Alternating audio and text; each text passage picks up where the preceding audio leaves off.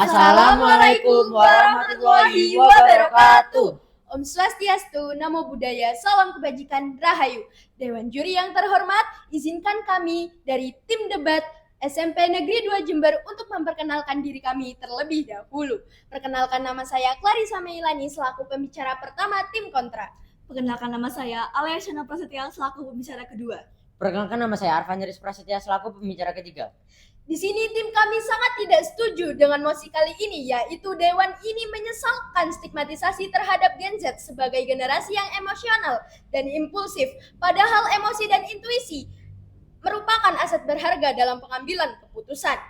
Stigmatisasi adalah proses pemberian label negatif dan diskriminatif kepada seseorang atau kelompok berdasarkan karakteristik tertentu yang mereka miliki. Namun, berdasarkan stigmatisasi dari mosi debat kali ini, kami kelompok kontra menemukan fakta berdasarkan hasil riset, yaitu penelitian dari American Psychology Association menunjukkan bahwa 91% responden Gen Z mengalami gejala fisik atau psikologis akibat stres.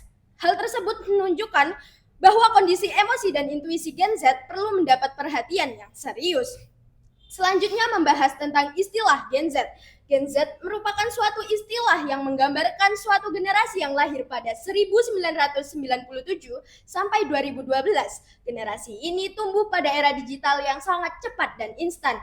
Emosi dan intuisi memiliki peran penting dalam bagaimana mereka merespon dan berinteraksi dengan dunia mereka sendiri.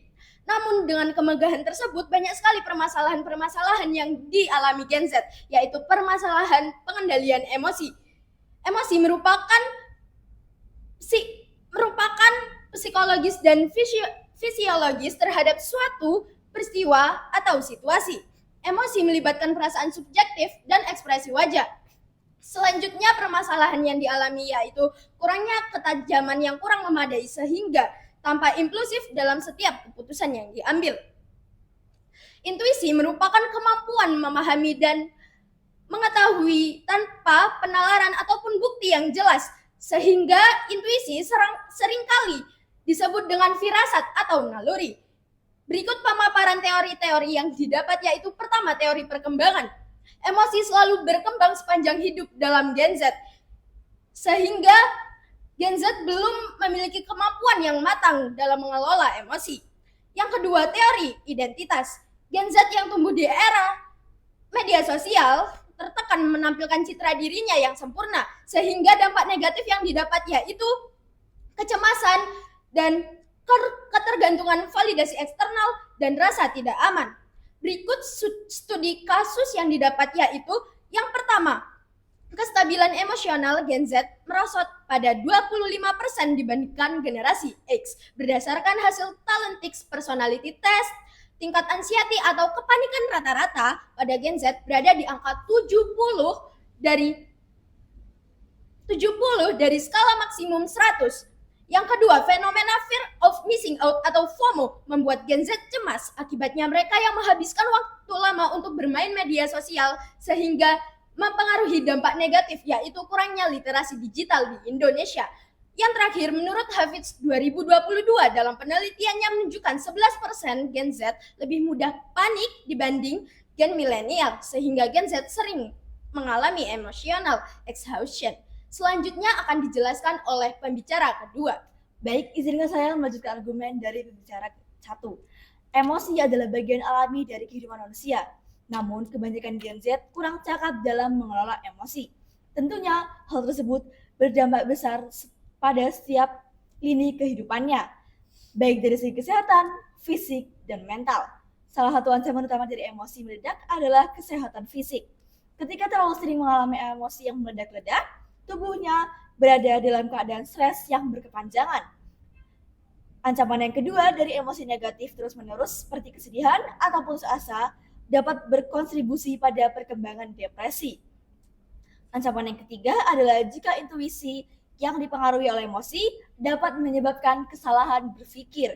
Gen Z lebih unggul dalam akses ke internet atau media sosial, namun Gen Z seringkali lebih rentan terhadap penipuan online dibandingkan generasi milenial. Hal itu terjadi karena Gen Z masih relatif dan belum memiliki banyak pengalaman dalam dunia nyata dan online. Alasan yang kedua adalah karena Gen Z sering membutuhkan validasi dari internet. Alasan yang ketiga adalah karena Gen Z terlalu oversharing terhadap data pribadi yang disebar ke media sosial.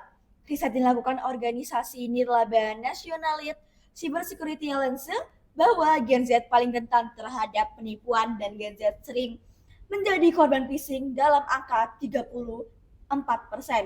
Akan dilanjutkan oleh pembicara ketiga. Baik, izinkan saya untuk melanjutkan argumen dari pembicara kedua. Perilaku impulsif adalah bertindak tanpa berpikir atau tidak memikirkan konsekuensinya. Hal tersebut berdampak negatif. Perilaku impulsif bertambah negatif merugikan diri sendiri dan juga orang lain. Terdapat sejumlah dampak yang diakibatkan oleh impulsif. 1. Kehilangan kepercayaan. Ketika seorang yang memiliki sifat impulsif, mereka bisa membuat kesalahan yang dimana kesalahan tersebut cenderung sulit untuk dimaafkan oleh orang lain. 2. Kesehatan mental dan fisik. Kesehatan mental impulsif menjadi masalah, merusak mental seperti depresi, gangguan kecemasan, hingga lebih serius skizofrenia. Sepanjang tahun 2023 dilaporkan lebih dari 1.350 kasus bunuh diri. Dikutip melalui kepolisian, Direktur Jenderal Kesehatan Jiwa Imron Pambudi diperkirakan 3 kali lipat lebih besar dari yang tercatat. Dari tahun 2018 hingga 2023 tercatat 6.000 kasus percobaan bunuh diri. Rendahnya produktivitas. Orang yang impulsif cenderung sulit untuk fokus dan menyelesaikan tugas. Hal tersebut cenderung menurunkan produktivitas secara keseluruhan. Intuisi membantu kita memahami dunia, kecuali jika intuisi tersebut salah. Ada patah dari orang barat yang bernama G. Michael Hope. Inti dari perkataannya adalah masa atau waktu seorang tidak semua baik, tergantung sekuat apa kita berusaha. Baik, sekian dari saya akan kembali kepada pembicara satu. Sekali lagi, tim kami menegaskan bahwa tim kami sangat tidak setuju dengan mosi kali ini karena Gen Z terlalu mengedepankan emosi sehingga tidak dapat mengambil keputusan dengan baik dan benar. Sekian argumentasi dari kami. Wassalamualaikum warahmatullahi wabarakatuh.